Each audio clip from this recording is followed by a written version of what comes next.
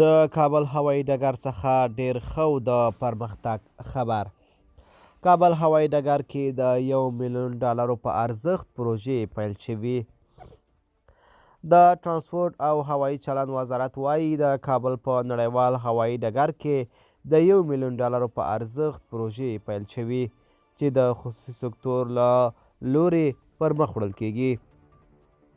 اخوا د کابل هوایي ډګر عمومي رئیس وایي چې یوازې په تیره یوه میاشت کې د بهرنۍ وګړو په ګډون څه باندې 120,000 تنو ته د کابل هوایي ډګر له لارې تګ راتګ کړی دی.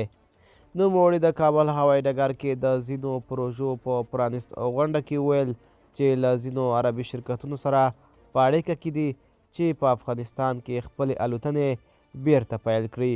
تر دې مخکې سرپرست حکومت ویلي و چې په هیواد کې د سرپرست حکومت له بیا واکمنېدو وروسته د چین، قطر، ترکیې، ازبکستان، امریکا او ایران په ګډون ځینو هیوادونه د افغانستان په بېلابېلو برخو کې پانګونه کړې ده.